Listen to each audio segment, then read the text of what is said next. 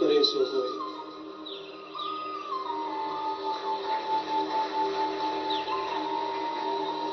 तीन लोक 14 भवन में गुरु से बड़ा न कोई।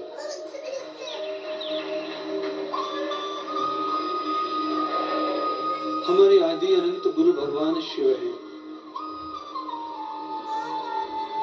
उनके ही हम सब अंश हैं।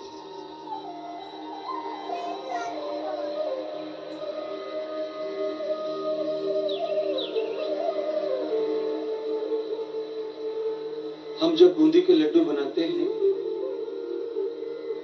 तो दूर से देखो तो सब एक जैसे लगते हैं, पर हाथ में लेकर देखो तो थोड़ा थोड़ा फर्क सभी लड्डुओं में होता है। सब अंतर से बनते हैं, एक जैसा नहीं बन सकता। ऐसी प्रभु की जो सृष्टि है, मैं, आप, हम सब अलग अलग हैं देखने में।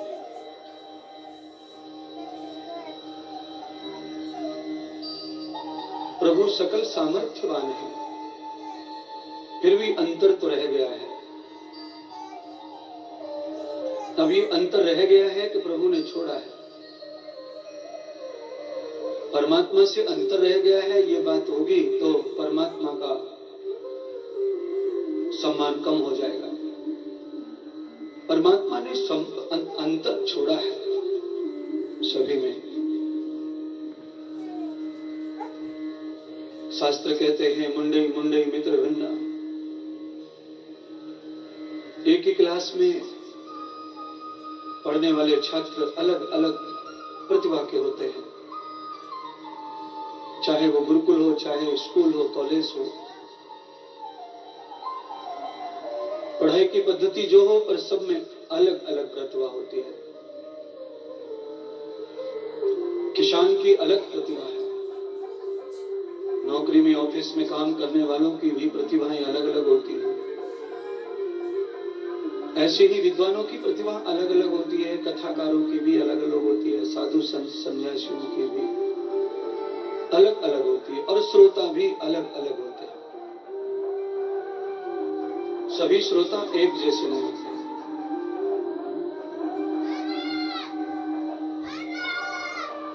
सभी भक्त अलग अलग प्रतिभा के होते, प्रवृत्ति के होते हैं, अलग अलग भाव के होते हैं।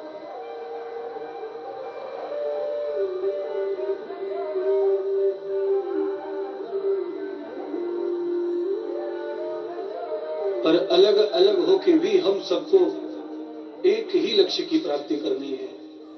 मनुष्य के लिए परमात्मा ने यही संदेश दिया है।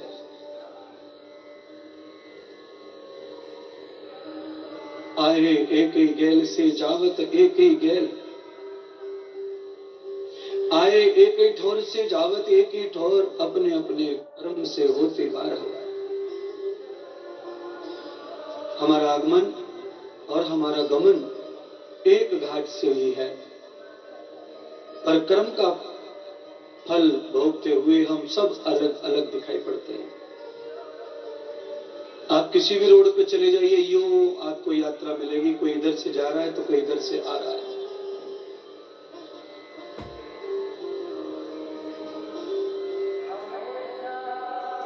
किसी भी रोड पे चले जाओ, आने जाने वाली जनता की कमी नहीं है। जहां से हम जाते हैं वहां के लिए लोग आ रहे हैं। हम कहां जा रहे हैं, कुछ लोग वहां आ रहे हैं, क्योंकि मंजिल भले ही एक है, पर सबका अलग व्यवहार है। जीने की पद्धति, जीने की रीत सबकी अलग है। परमात्मा कहते हैं यथा केवल्यम, अरे तुम सब अलग अलग रीत से क्यों जी रहे हो, जब मैंने तुम्हें एक ही धर्म के लिए पैदा किया है, एक ही परंपरा के लिए पैदा किया है, एक ही सिद्धांत देकर पैदा किया है, एक ही लक्ष्य देकर पैदा किया, एक ही उद्देश्य है तुम्हारा।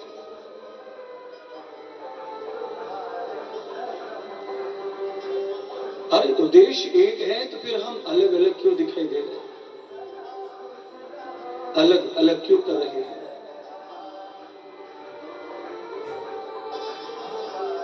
कई लोग ऐसे होते हैं जो भगवान के इशारे को समझते हैं और कई लोग ऐसे होते हैं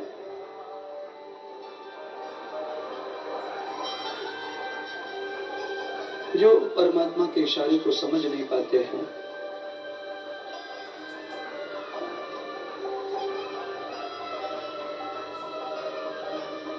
परमात्मा के इशारे को जो समझते हैं वह उद्देश्यपूर्ण जीवन जीते हैं, और जो प्रभु के इशारे को समझ नहीं पाते हैं वो उद्देश्य से भटक कर जीवन जीते हैं।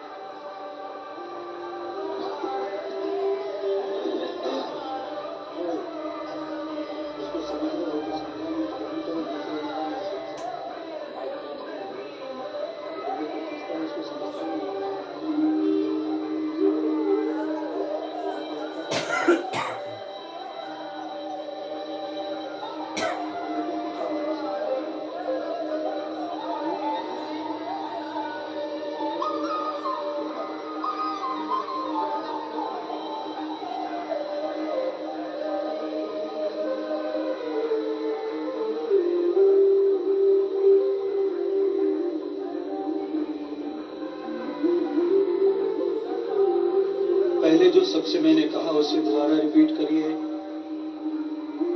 3 लोक 14 भवन में गुरु से बड़ा न कोई,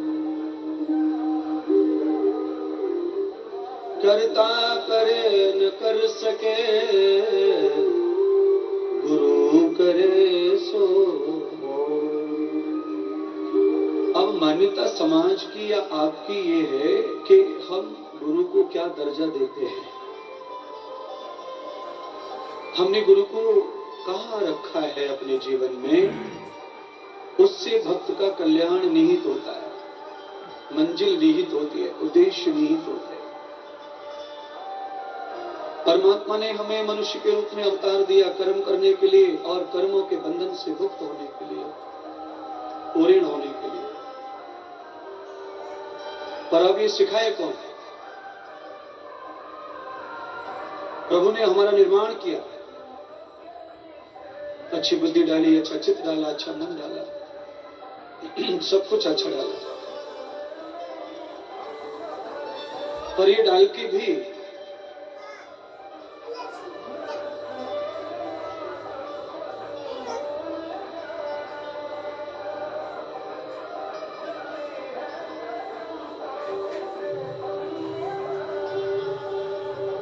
हमारा जन्म मलमूत्र से हुआ है,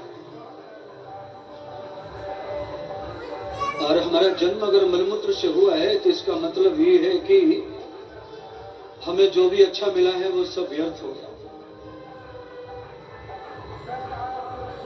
हम पुनर्विश्व स्मृति को विस्मृत हो जाते, भूल जाते, हमारे संस्कार भी विस्मृत हो जाते, हमारी स्मृति शून्य हो जाती है जन्म लेते से। माँ के गर्भ में सब कुछ हमें याद होता है, पर गर्भ से बाहर आके विस्मृति हो जाती है, क्योंकि संबंध टूट जाता है आत्मा परमात्मा का। बाहर आते ही शरीर एक्टिव हो जाता है, आत्मा सुषुप्त हो जाती है, शांत हो जाती है, तो विस्मृति हो जाती है जन्म जन्मों के संबंधों की, विचारों की, कर्मों की। इसीलिए पुनः पुनः जीवन शून्य से शुरू करना पड़ता है।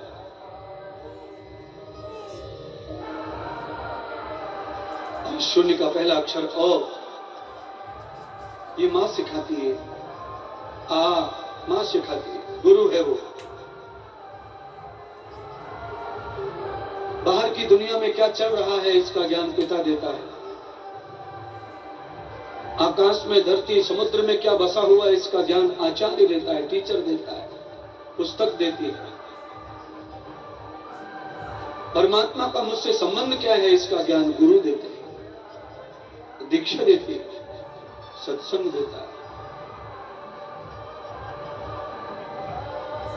आपसे अगर मैं पूछूं कि आकाश कहां है तो आप क्या करेंगे, क्या इशारा करेंगे, किधर बताएंगे आकाश? ऊपर। और ये वास्तविकता तो नहीं है, ये सही उत्तर नहीं है आपका। ये तो चलन उत्तर है, चलन बस चला आ रहा है। भेड़ बकरियों की तरह कोई कह गया, वैसे ही हम भी कह रहे हैं ऊपर। अच्छा, कोई ऐसा पूछे कि भगवान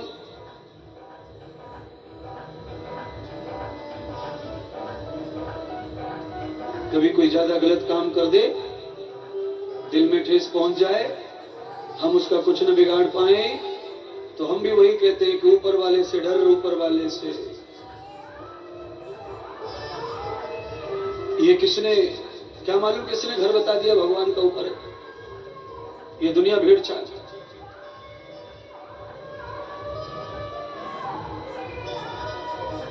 पूरे पंडाल में ये कोई नहीं बता सकता कि ऊपर क्यों कहा उसको।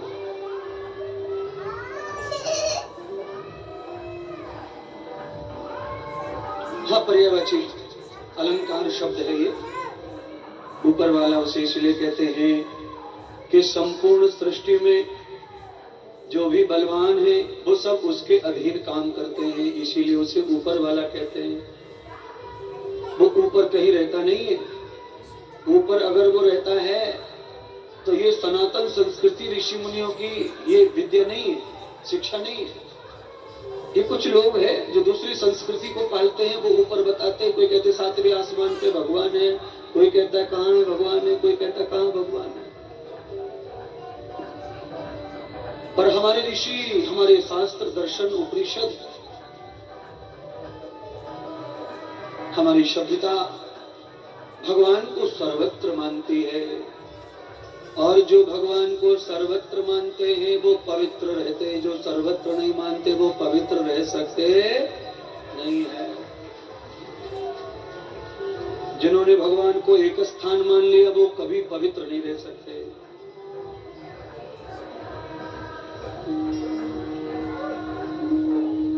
जेब काटने वाला जेब तब ही काटता है जब उसकी ओर कोई देखता, क्योंकि वो हाथ को एक्टिव रखता है, बुद्धि को और नेत्रों को सर्वत्र रखता है, चारों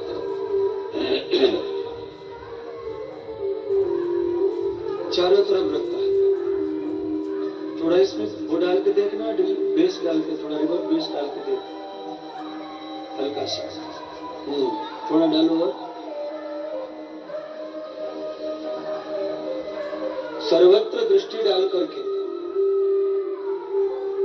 हाथ को केंद्रित करता है।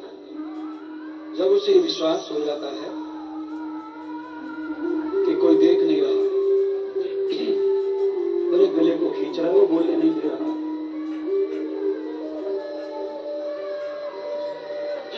स्वामी जाओ।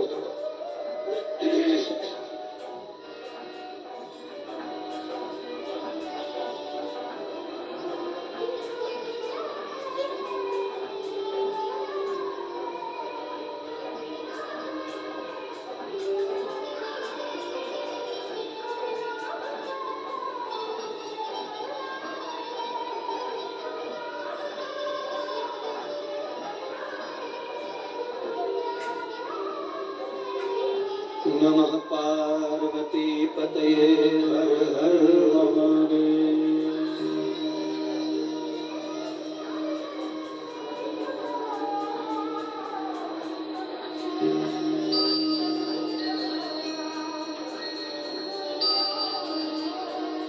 जल जल में झांकी भगवान की,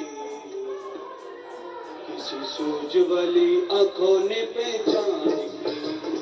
जल जल में झांकी भगवान की, किसी सूझ वाली आंखों ने पहचान की। जल जल में झांकी वो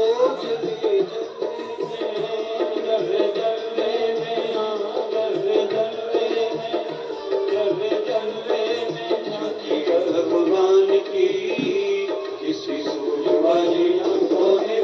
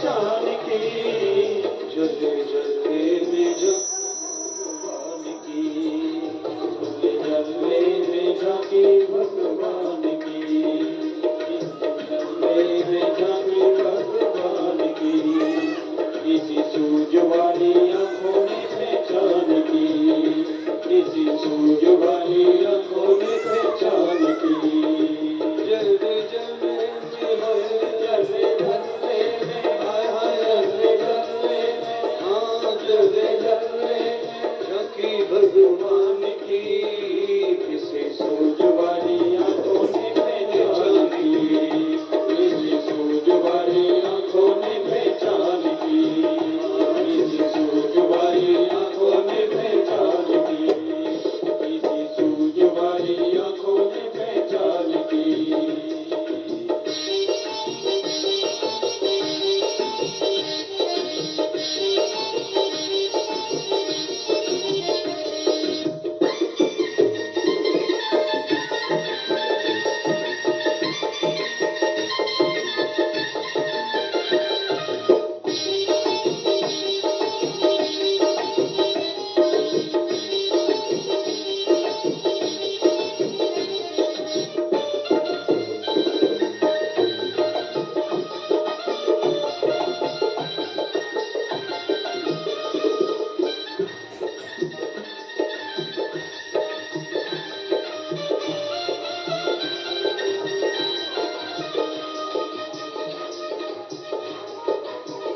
अब थोड़ा सा भजन में आकाश का प्रभाव बताते हैं।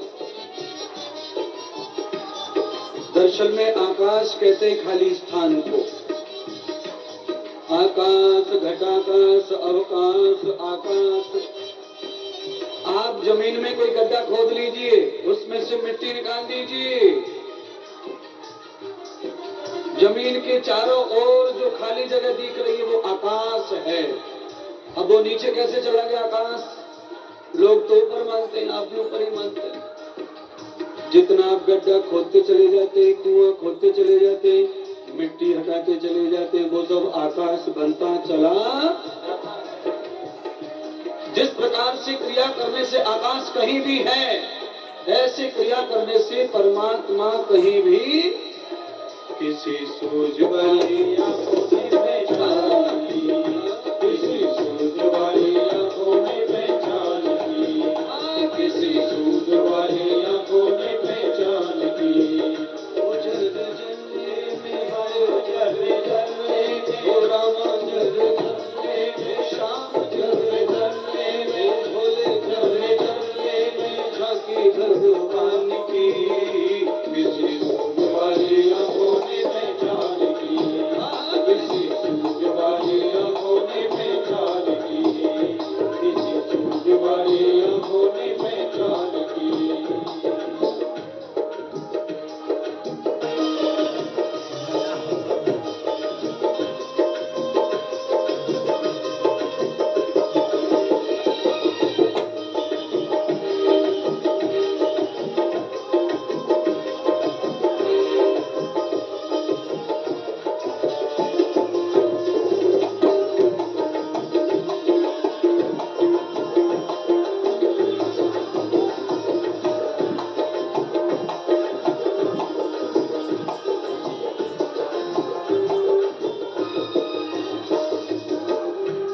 महाराष्ट्र की धरती को प्रणाम कीजिए।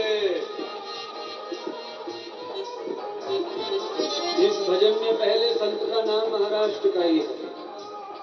नामदेव ने रोटी पकाई और वो फिर देखो कुत्ते ने खाई। नामदेव जी ने हाथ जोड़ के कहा, रुको महाराज,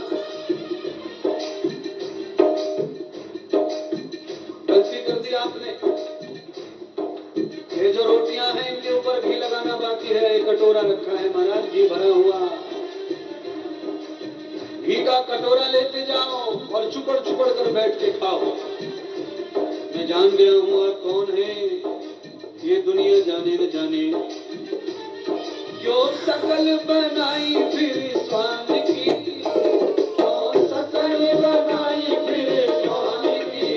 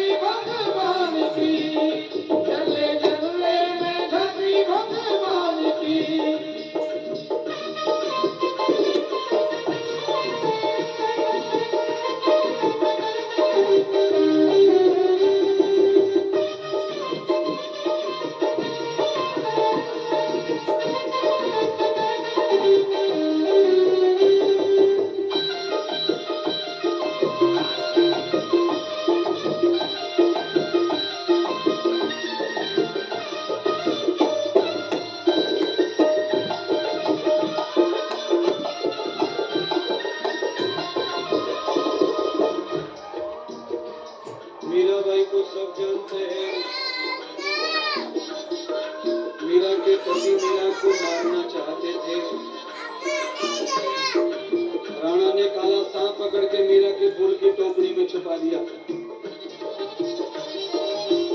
मीरा प्रातःकाल फूल तोड़ने बगीचे में गई और सांप के ऊपर ही फूल चढ़ाती रही।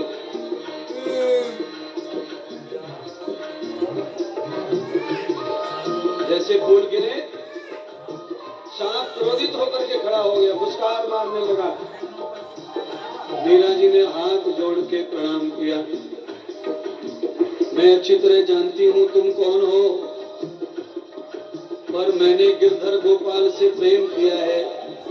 मैंने गिरधर गोपाल तुम्हारे इस रूप से प्रेम नहीं किया है, पर आज आ गए हैं तो आज की सेवा आप स्वीकार करो। मीरा सारे फूल चढ़ा दिए नाग देवता पर मीरा ने फिर अपनी शिकायत भी की। क्यों सकल बनाई तुमने सांप की, क्यों सकल बनाई तुमने सांप की, क्यों सकल बनाई तुमने सांप की। भगवान हो गले जल्ले में झांकी भगवान की, हो गले जल्ले में झांकी भगवान की।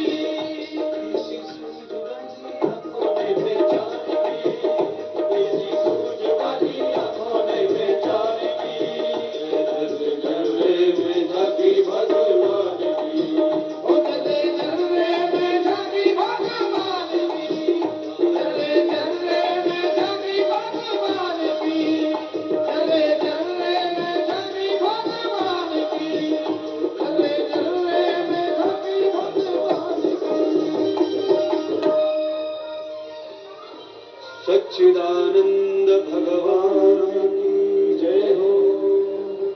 श्री त्र्यंबकेश्वर महाराज की जय हो।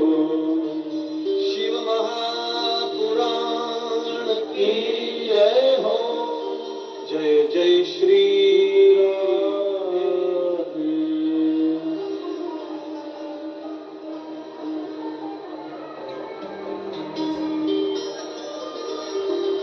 आंखें तो भगवान ने करोड़ों करोड़ों जीवों को दी हैं, पर सब आंखों से प्रभु दर्शन नहीं होता। सभी आंखें प्रभु को पहचानने में कम पड़ती हैं, सच्चाई को भी जानने में कम पड़ती है। जो नहीं है वो दिखता है, जो है वो नहीं दिखता है।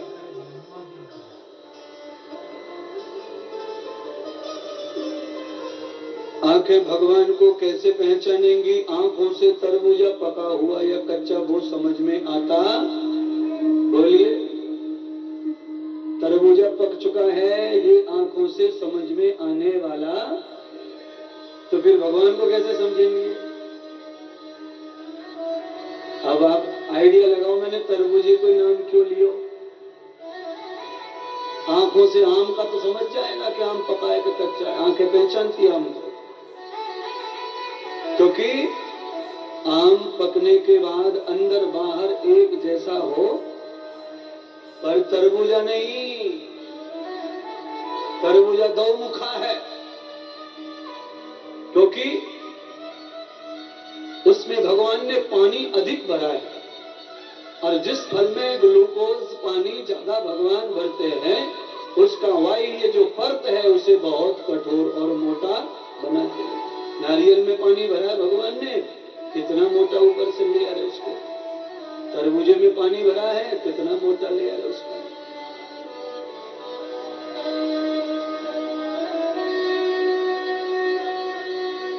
इतने सारे एक्सीडेंट हो रहे हैं आंखों की गलती से, इतनी दुर्घटनाएं हो रही है।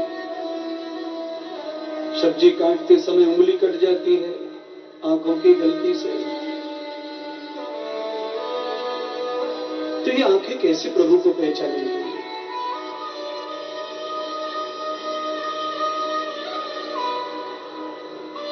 आंख नहीं दो गड्ढे हैं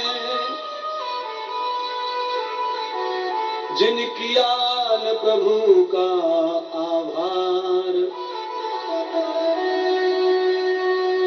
इसका आभार नहीं कि इन आंखों ने आंख कैसी आंखें ये गड्ढे।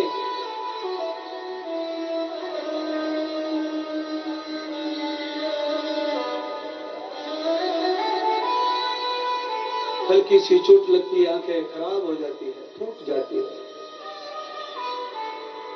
परमात्मा ने इतनी नाजुक बनाई क्यों? और इसी से प्रभु को पहचानना है। पर इन पुतलियों से भगवान को पहचानने के लिए आपको पहले अंदर भगवान को पहचानना पड़ेगा। अंदर परमात्मा का अस्तित्व मौजूद हो जाएगा तो फिर इन्हीं आंखों से भगवान तुम्हें सर्वत्र दिखाई देने लग जाएंगे।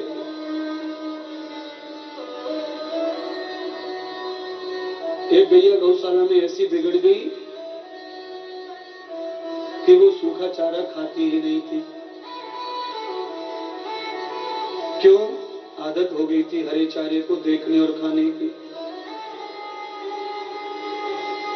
आपके घरों में भी बच्चे नहीं खाते घर का भोजन, कई छोटे छोटे बच्चे, उनको बचपन से आदत हो जाती है पुड़िया का खाने की। पुड़िया लाओ कोई खाएंगे, चाहे उसमें जहर क्यों ना हो। घर में चाहे तुम अमृत भगवान दे दो, परोस दो, नहीं खाएंगे। आदत, ऐसे गैया को आदत हो गई हरा हरा खाने की। मई का महीना आ गया, हरियाली खत्म हो गई, गैया भूखे मरने लग गई। बड़े वैद्य आए, बड़े डॉक्टर आए, जादू टोना वाले आए, धागे गोली वाले आए, पर गैया चारा खाती आदत हो गई। गैया पिंजड़ हो गई सूख के।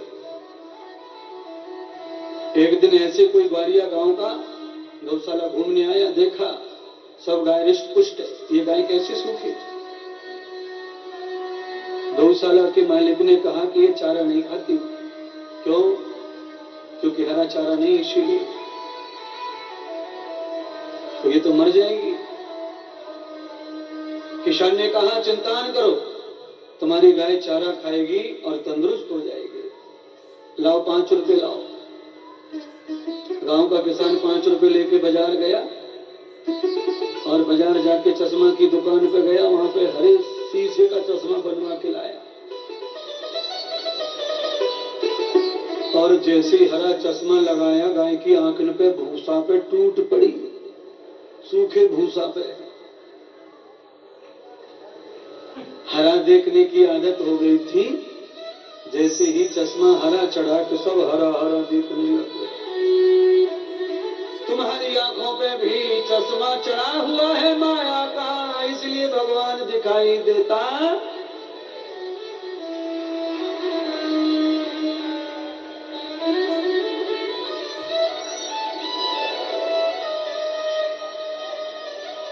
तीन लोक 14 भवन में गुरु से बड़ा न कोई।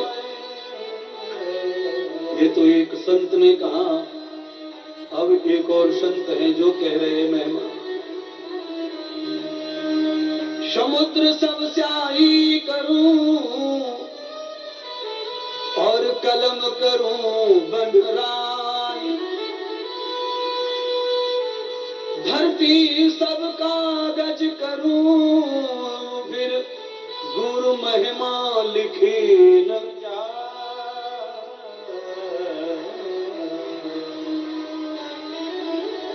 फिर से एक बार, अब इस गुरु महिमा को कोई कितना स्तर देता है, उस पर उसका कल्याण निर्भर करता है। भगवान कल्याण करने धरती पर किसी का आने वाले, वो सब गुरु को सौंप के रखा हुआ है। अगर भगवान कल्याण करने के लिए संसार में आते तो भगवान को वशिष्ठ के यहाँ जाने की जरूरत नहीं पड़ती और ना सांदीपनी के यहाँ जाने की जरूरत। वो यही बता रहे हैं कि हम मनुष्य के चोले को धारण करके आए हैं और जितनी निकम्मी जाति प्रजाति हो गई है मनुष्य के रूप में, उनको बताने आए हैं कि गुरु की शरणागति होके ही भगवत्ता प्राप्त होती है, अन्यथा वो कभी कहीं मिलने वाली नहीं है। वशिष्ठ के यहाँ राम जब तक नहीं गए तब तक कौशल्या लल्ला लल्ला कहती है। जैसे ही वशिष्ठ का अनुग्रह लेकर राम घर लौटे तो ये यश कौशल्या। अब लल्ला कहने की हिम्मत जुटा पाती, लल्ला कहने की हिम्मत नहीं जुटा पा रही।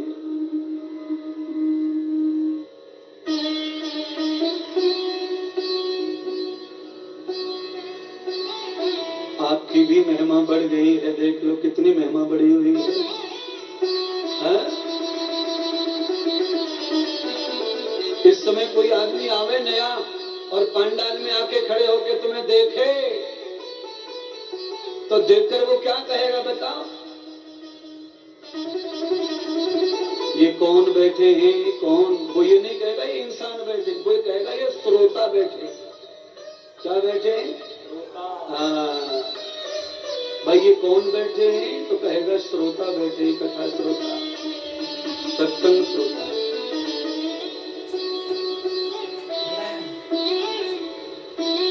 इस जन्म में कथा के श्रोता बन जाओगे तो अगले जन्म में कथा के आचार्य बन जाओगे, प्रमोशन हो जाएगा तुम्हारा। आचरति यथा न कृतम क्रियान्वितम यद युक्त योगेन श्रुति ही। आचार्य कहते हैं श्रुति का आचरण निरंतर जो करता है, जिसकी क्रिया कर्म में केवल केवल शास्त्र है, उसको आचार्य कहते हैं। आचार्य कभी स्वार्थ में शास्त्र का निरूपण करते हुए उसका विरोध नहीं कर सकता।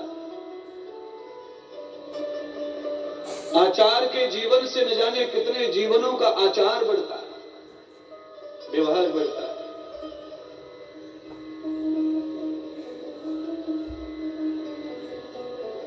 आप आचार बन जाइए,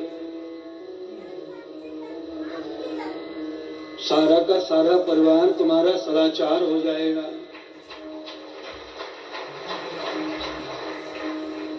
तुम तम्बाकू गुटखा हो जाइए तो पूरा परिवार वही हो जाएगा। हाँ, तुम शराबी हो जाइए फिर परिवार भी वही।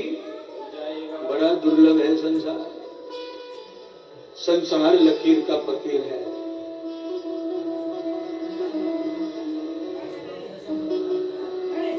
पानी में रह करके आदमी गीला ना हो, ये बड़े कलाकार का काम है। ऐसा मिट्टी गूंद रहा हो और गंदा ना हो, ये कोई कलाकार होगा तो ही बचेगा माया। माया में रहकर कोई माया के चक्कर में ना पड़े, ऐसा कोई कलाकार होगा जो माया को भी पराजित कर लेता या माया को अपने अनुकूल कर लेता, अधीन कर लेता। गुरु कृपा, गुरु ज्ञान, गुरु संग जो करता है वो माया को भी अपने अनुकूल कर लेता है, फिर माया उसे तारने का काम करती है। अच्छा बोलिए, जिस ट्रेन से, जिस गाड़ी से, जिस कार से, जिस नाव से सवारी यहां से वहां सुरक्षित पहुंचती है, उन्हीं गाड़ियों से, उन्हीं नावों से कई लोग मर क्यों जाते हैं? उसी कार में बैठकर कोई पार हो गया, उसी कार में कोई डूब गया। जो माया को अनुकूल कर लेते हैं वो पार हो जाते हैं साधन से, सुविधा से, और जो माया के भंवर के अधीन हो जाते हैं वो साधन सहित ही डूब जाते हैं। माया बुरी नहीं होती है।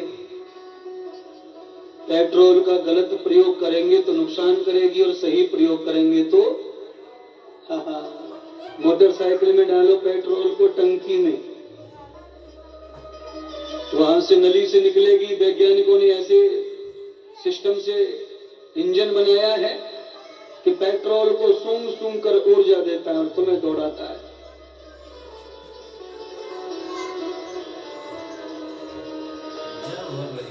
और वही पेट्रोल आप अपने शरीर पे थोड़ा छिड़क लीजिए और पंडित जी के साथ कल हवन में बैठ जाएंगे।